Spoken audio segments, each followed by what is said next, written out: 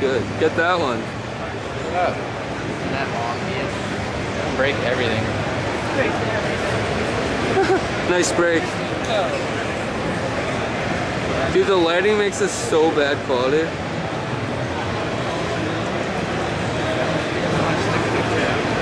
It's like, hey, everybody that comes up to you and starts talking to you, I should be like, hey, do you know this is Storm Killer 22? Doom Kill? I think this is way too high for my level.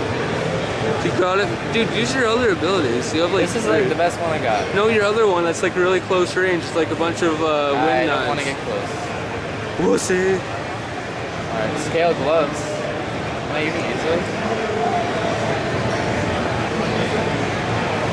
What does your cousin look like? I don't know. Terry. He has like a goatee stash. Is he shorter than me? Shorter than me, so he's like a little bit taller than you.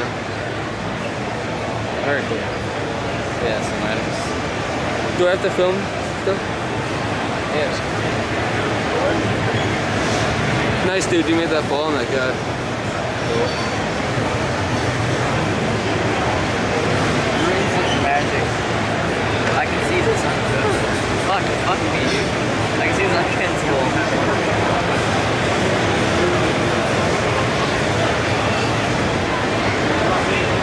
I think for different classes you go different areas. Oh, there we go. Okay, your turn. And I have yeah.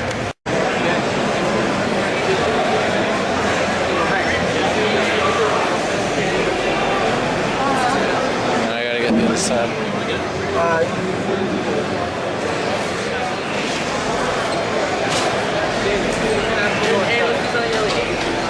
Let's go inside.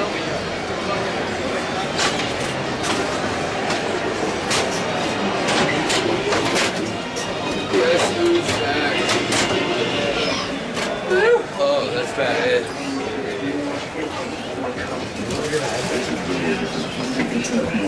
Very cool. I can tell you right now. If you had sex, I can already tell you if you had sex on his butt, you'll feel it. Dude, I remember I watched like the first season of the.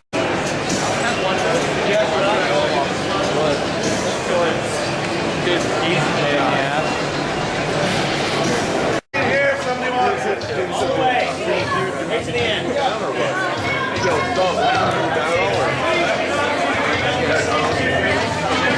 get on this side, dude. Close to the belly. There's the camera. Never mind, we're good. Thank you.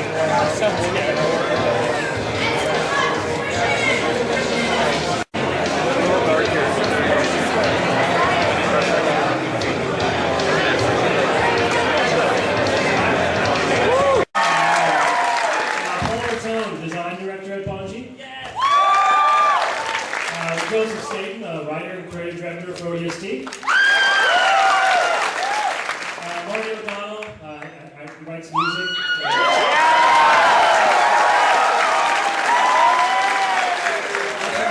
That's enough. You're cutting into your time. Over here we have Curtis Creamer, executive producer of ODST. Michael Wu, art lead for ODST. This is Lars Bakken, senior designer at ODST. So Brian Gerard, I said that first. So today we're going to take a little walk back through time on a magical journey and talk about Halo 3 ODST, the new game from Bungie. And to kick us off, I do want to say that, like, Harold, who's the studio, our what's he called again? President? I don't know. Something. He writes your checks. So Harold came and said, yeah, we're going to do this campaign extension, and we need some good ideas, and it's going to be limited scope, because we're trying to turn it around pretty quick, so limited scope. And I said, oh yeah, that's a really cool idea. He goes, yeah, I got Paul and Joe working on it. I'm like, oh, yeah. So there goes the limited scope, which is why I mean, he couldn't have gotten two guys better in the studio to do something like this, but the idea of being small and limited is impossible. So, It feels really creepy. I think you just called me small and limited. Hey, go ahead stand up.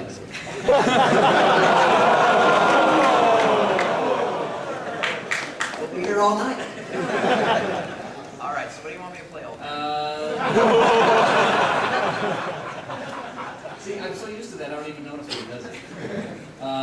Let's play a little of the first thing I did when I sat down at the piano, and yeah, before we play, I was going to say that Joe had played some Miles Davis for me, and it was a little too trumpet, it was a little too jazz, but I like the idea of something that we called small jazz combo kind of feel, and that film noir kind of feel. So I threw away all the Halo themes that we'd ever heard and decided to try to do something new, and I wanted to know what does it feel like to be in a dark city at night in the rain and be sort of alone. So this is the first little piece that we started with. You can play that as loud as you want.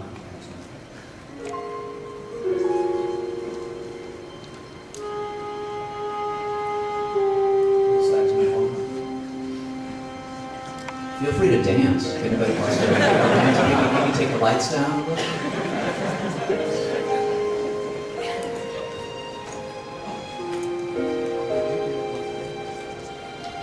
Talk us through this. Talk us through what you were feeling here. See, this is the amazing thing. For me, it's like I listen to music. I don't usually talk over music, but that's okay. Joe always talks over music. He writes dialogue over music. It's just a little rainy, dark, mysterious mood thing. Some activities about to start here. You know you're going to be walking through some rainy streets.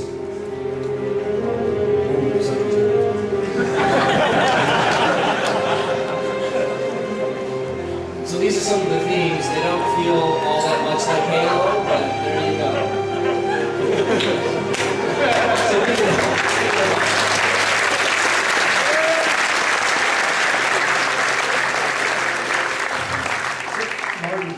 Marty, did the idea for the sax come to you just immediately, or how did that whole thing come about? Well, it came to me because I didn't want to do muted trumpet like Joe wanted me to do. So, saxophone. I said smoky sax. Well, you don't know what smoky sax actually means. I think he probably thought I said smoky sax. And he just Keep it clean, yes. I'm really excited to be able to do all new music for this small scale thing, which was going to be about an hour or two's worth of gameplay, and then it turned into pretty much 8 to 10 hours of gameplay. Hey! You know, it's really variable depending on the difficulty level.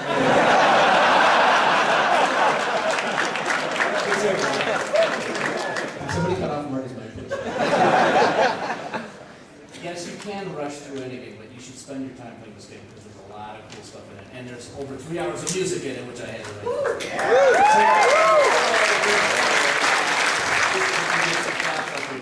Paul, who's one of my audio designers, actually contributes music and worked with me on it. Mike Salvatore, the guy I've worked with for years, and another guy named Stan Lepard. So we all... When you first get into the game, you're in first person. What are you looking at? What are you seeing? What's making you feel like an ODST? You've seen a lot of screenshots, a lot of gameplay footage of the HUD, which is a completely new HUD, which was Dave Cannon, which he did a phenomenal job working with him on that. And then obviously you're staring at your weapon the whole time, so we really wanted to create those two signature weapons. One, the sound suppressed pistol, sort of harkening back to Halo 1. I think you guys have heard that a lot, without the ability to take banshees out. And then the sound suppressed SMG, so you got your nice headshot weapon that's not going to do a lot of damage versus shields, also not going to do a lot of damage versus bodies, and then you got your nice spread weapon that's going to mow through enemies pretty quickly. So the art for those was actually done during Halo 2 by Tom Doyle, and he just sort of brought it in one day. And we had been talking a lot about what are we going to do for new weapons, and Tom sort of was sitting next to me at the time. He's like, "Hey, I did." What I thought was a funny thing about the fact that my design for this vehicle didn't make it into the game. Everybody thought I was crazy, but it wasn't. It was just really funny. So this is the Oliphant, which is related to the elephant from Halo 3, but recommissioned to collect garbage by Traxxas Corporation or whatever it's time makers. You can tell by its industrial design the garbage is very dangerous in this city. There's a lot of vigorous collecting. And of course, you know, we mentioned the superintendent before. These are just some sketches of some of his little cameras, right, Mike? Right. So I think it was very early in the process that it was suggested. I think Justin may have even had some of these ideas about like it would be cool to have an augment to your character similar to Cortana, but it would be like security cameras in the city, and that was, you know, we just ran with it and we created the superintendent out of that initial idea. So yeah, it was a lot of fun to think about all the ways. I mean, we started out with like a strip mall store style camera, right? That would have a little cable that attached to it, and then that would be your superintendent and talk to like more sophisticated objects like this. And it was playing basically on the idea of